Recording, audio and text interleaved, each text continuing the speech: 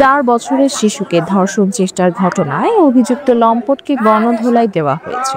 মুমূর্ষু অবস্থায় গণধোলাইয়ের শিকার লম্পট সুজনকে বরিশাল শেরে-ই-বাংলা মেডিকেল কলেজ হাসপাতালে নিয়ে আসলে চিকিৎসাধীন অবস্থায় শনিবার দিবাগত রাতে সে মৃত্যুবরণ করে।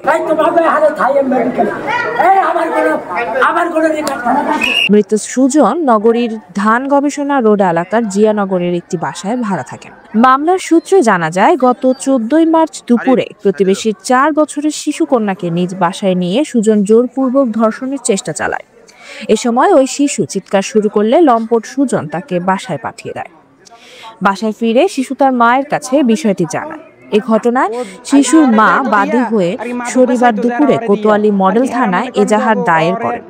এদিকে ঘটনার পর বিক্ষুব্ধ এলাকাবাসী অভিযুক্ত সুজনকে গাছের সাথে বেঁধে গণপিটুনি দেয়। ষড়যন্ত্রটা করার পরে এলাকার আরো 2-3 জন ছিল, হ্যাঁ আর কি নিয়ে এই আজকে বিকাল 4:30টার দিক দিয়ে মাইর দূর করছে।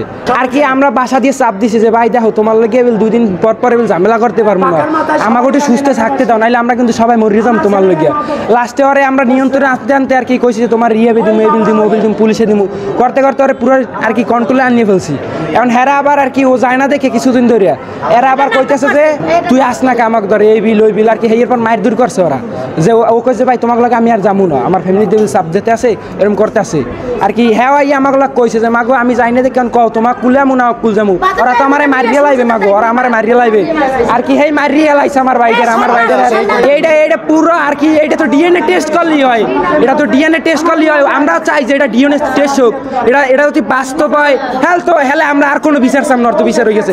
আর যদি ডিএনএ টেস্ট হয় যে না ওইটা ভুল পুরাটা, হেলে আপনাদের কাছে আমরা ওদের বিচার চাই, এটার পর আর কোনো কথাই কই না। একটা ফোন আসে যে গণপিটুনি হয়েছে এই লোকের আর কি। পরবর্তীতে আমরা থানা থেকে সেখানে গিয়ে ঘটনাস্থল থেকে তার উদ্ধার করে নিয়ে আসি, উদ্ধার করে নিয়ে মেডিকেলে নিয়ে আসি আর কি। মেডিকেলে সরাসরি ভর্তি করানোর পর সে চিকিৎসাধীন অবস্থায় সন্ধ্যার পরে মারা যায়। ওনার বিরুদ্ধে গণপিটুনি দেওয়া হয়েছে, কিন্তু এর বিরুদ্ধে কোতোয়ালি থানায় আজকে একটা মামলা রুজু হয়েছে, ধর্ষণ মামলা রুজু হয়েছে। খবর পেয়ে পুলিশ তাকে উদ্ধার করে মুমূর্ষু অবস্থায় দুপুরে বরিশাল শেরে-ই-বাংলা মেডিকেল কলেজ হাসপাতালে ভর্তি করে। সেখানে চিকিৎসাধীন অবস্থায় রাতে লম্পট সুজন মৃত্যুবরণ করে। কোতোয়ালি মডেল থানার ওসি মোহাম্মদ মিজানুর রহমান জানান, নিহতের পরিবার থেকে অভিযোগ দিলে হত্যা মামলা হবে, নতুবা অপমৃত্যুর মামলা দায়েরের পর লাশের ময়নাতদন্ত করা হবে। নিউজ ডেস্ক, ইগনা রয় রিপোর্ট 71।